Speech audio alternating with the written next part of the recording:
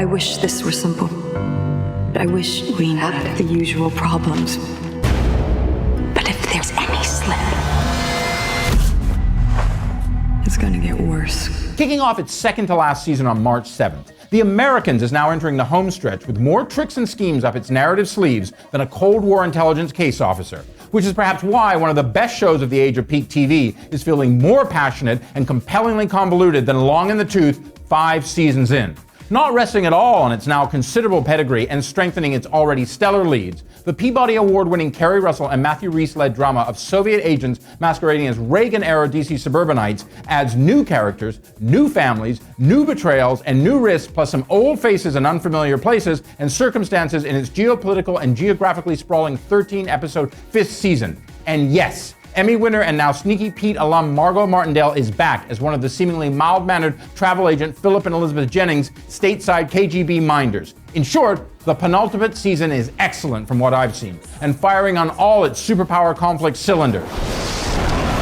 And that is also where the already strapping The Americans has found new lifeblood in its 5th season, as the real-life relationship between the Cold War adversaries of America and today's Russian Federation, as ruled by Vladimir Putin, brings spycraft, deception, and intentional interference, it seems, in the American way of life to the as-yet congressionally uninvestigated fore. Filming months in advance, EPs Joe Weisenberg and Joel Fields and others on the Fox 21 TV studios and FX production show have put their narrative on the political pulse this year.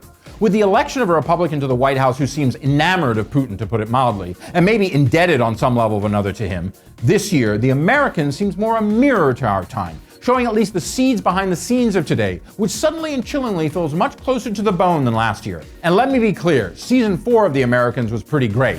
She can't handle this. It's gonna get worse. They're kicking us while we're down. They're not gonna stop. One day.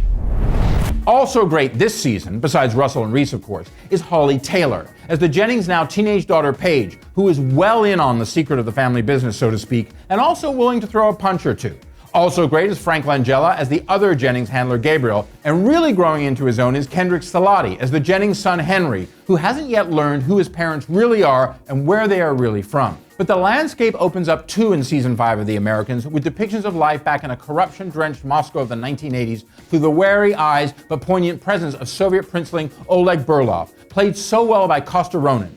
Now back home working for the KGB after a spell in America that saw the canny Burlov working both with and against the grudge-packing FBI agent and Jennings' neighbor Stan Beeman, played to the never-to-be-overlooked Noah Emmerich. Like everyone on the screen and all of us watching, the privileged Burlov is drawn into the web of the Jennings greater world, and the desire on all sides to control him, for better or worse.